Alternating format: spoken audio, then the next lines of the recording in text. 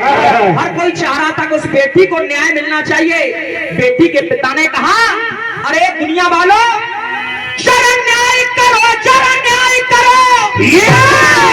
जो कफन ओढ़ कर लेटी है, अरे जो कफन ओढ़ कर लेटी है, और इस लाइन पर मुझे उम्मीद नहीं, पूरा विश्वास है वहां तक ताली बजेगी।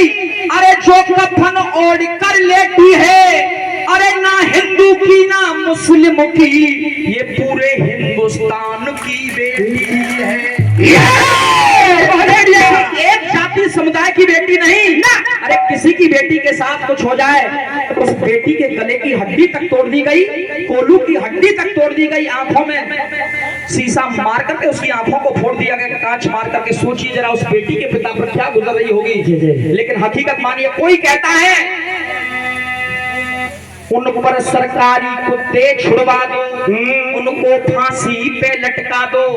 लेकिन मैं तो ये कह रहा हूँ, जरा जिसके पिता पर ऐसा होता है उसके पिता पर हाथ रख करके पूछिए छाती पर, आखिर क्या बीती है। वो पिता कह रहा है, जहां पर बेटी की लाश मिली, अरे वो स्थान दिखाई देता है, हैवानियत से भरा हुआ, हैवानियत से भरा हुआ वो शैतान दिखाई देता है।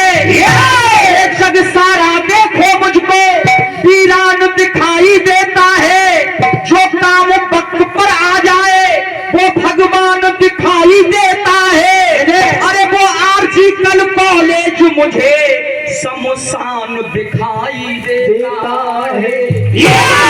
अरे वो आर्जिकल कॉलेज नहीं, लेकिन हकीकत मानिएगा मेरे भक्तों, जितने भी प्रभु श्रोतागण बैठे हैं, अगर बेटा बेटी की कल्पना कर ली जाए तो बेटी भी किसी बेटों से कम नहीं होती। क्यों नहीं होती? जो बेटा है वही बेटी है, ये एक दूजे की परछाई है। जो बेटा है वही बेटी है, ये एक दूजे की परछाई है।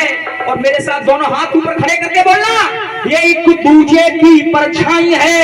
यदि बेटा भगत सिंह जैसा तो बिटिया भी लक्ष्मी बाई है। यदि बेटा भगत सिंह के जैसा है तो बेटी भी लक्ष्मी बाई है। जग में गुणगान बराबर